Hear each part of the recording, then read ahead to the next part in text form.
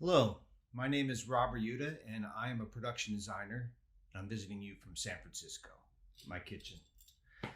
Welcome to IU Cinema's screening of Babak Jalali's 2023 film Fremont, part of the New America's Cinema series. I would first like to thank Dr. Cosma and IU Cinema for the invitation. I am a graduate of Indiana University. I received a BS in marketing from the business school. I'm a Hoosier. So thank you for the honor of representing Babak's film at my alma mater. I would also like to thank you, the audience, for watching Fremont. I'll try not to give you any spoilers today. I'll try to tell you what we did without telling you what we did. First of all, my role as a production designer.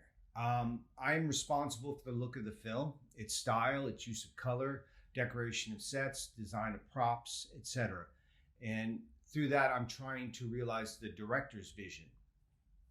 So in an independent film, however, you don't just do that. As a production designer, you must play many roles. You could be the art director, you could be the on-set dresser, you could be the prop master, you could be set dresser, you could be set decorator, you could be buyer, and whatever it takes on that day. It might be for an hour, it might be for a couple of days, whatever. Do what you have to. It's just the nature of the beast. So by 2022, I had designed a dozen independent films, and I was looking for a challenge. I was looking for something that was more artful and profound, and something that was earnest and sincere. And along came Fremont. One of the producers, Laura Wagner, contacted me about the movie. I had worked with her previously on my brother Matthew Riutta's short film, Across. Matt's also an IU graduate. And so she set up a meeting, and in our meeting, I asked for the screenplay and a link to Babak Jalali's previous movie, Radio Dreams. I read the script, I watched the movie, and I recognized the subtle sense of humor and the wonderful humanity of Babak's work. It was a great screenplay, and I was laughing out loud while reading it. At the same time, it also struck a chord that resonated deeply within me. The story felt important, it felt relevant, and the people felt real and relatable. For me, it appeared that Babak was continuing in the tradition of Jarmusch, Kaurismäki, Ozu, Bresson, and even Dreyer from the silent film era. This tradition of filmmaking is understated and less bombastic. It lets the audience think and look around the frame as they view the film and listen to the characters.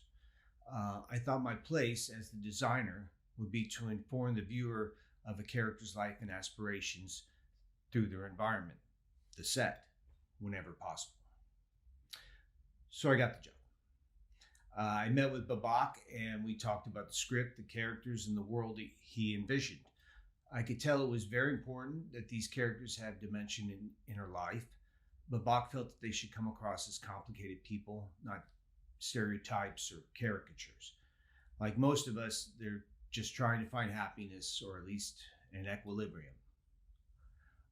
So during the weeks of prep, I also worked a great deal with Laura Valadeo, our director of photography. She was a great collaborator and a joy to work with, and you can tell by the results that she's a great director of photography. Before I came aboard, Laura and Babak had already decided to work in black and white and use the 4:3 aspect ratio.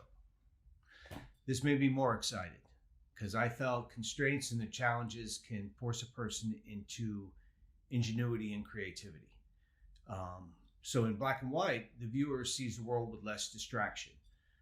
I could put all these crazy colors, combinations together, and in black and white, they were all just tones of gray. In fact, a lot of them look the same. In black and white, contrast and textures became much more important to the viewer. Patterns are more prominent. So I think a good example of patterns and textures in this film would be in Ricky and Lynn's bedroom. And as for contrast, there's a certain prop, you'll know it when you see it. It started out gray. And on the first day of shooting, I put it in its environment and I saw it was not going to work. So I had to make it white. And otherwise it would have just blended right in. So you'll see what I mean. During our prep, I would also talk to director Babak first about the content and the style of a scene, and then I'd read and reread the screenplay and try to imagine the inner life of each character and empathize with them. I tried to think about what it was like to live in their shoes. What did they seek? What did they fear? What was their history? What did they yearn for? And then how did they present themselves to the world? I also interviewed people who were in families who had immigrated here within the last 50 or 60 years. And I was interested in seeing how cultures collide and integrate in varying degrees, and how that was reflected in the person's home or their office, whether it was conscious or not. So I would research, and then I'd talk to Babak about the characters and their settings, and then he would agree or he'd disagree and send me off in another direction, and we eventually reached his vision. For the most part, I worked with existing locations in San Francisco, Oakland, and the city of Fremont. We altered them to fit the characters when we could, as much as we could.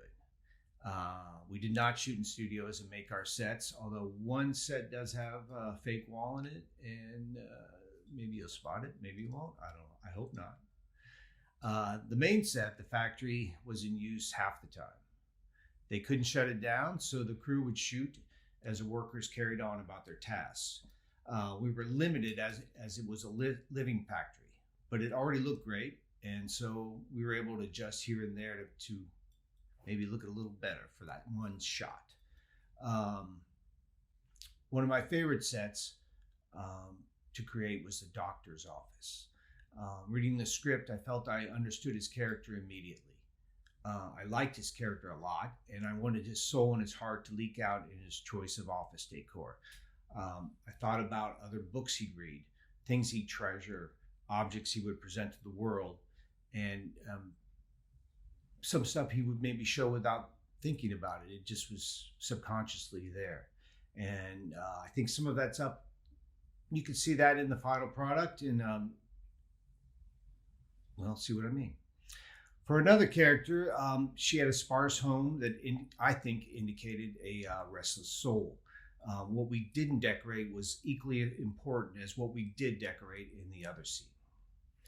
The shoot was challenging, and the budget was low, and the crew was small, and the time was short, but it was a very rewarding shoot. Many of my art crew had never worked on a film before, and I think a couple probably never will again, but they went through this experience with us, and they stepped right up. There was an enthusiasm and a willingness to stretch yourself can go a very long way in filmmaking, especially independent filmmaking. The crew, from production assistants up to producers, was positive and cohesive. I believe the diversity of people involved and our strong sense of community helped foster this attitude from the beginning of prep until the end of shooting. And I think this is a testament to Babak. Our actors were from varied backgrounds, all gave great performances, especially our lead, Anaita Wali Zada. It was her first time acting, and she knocked it right out. And it was a pleasure to work with all of them. From the beginning, we all knew this film was black and white. We knew it was in 4:3. We knew it was artful and sincere and an immigrant tale. And we knew that is not exactly a formula for blockbuster material. So we went ahead anyways, because we believed in Babak's vision. We had great hope, and we felt we were part of something special. And I think that what some saw as weaknesses were actually strengths. And they led to a film that stands out because it reflects its director, Babak Jalali. It is sincere, it is heartfelt, and it is humanistic. So I'd like to thank you for your time and attention, but I think it's time to watch the film. Please take a moment to silence your cell phones, and remember, no food or drink except for bottled water is allowed in IU Cinema. I hope you enjoy Fremont, and like Donya, stay on the winding path.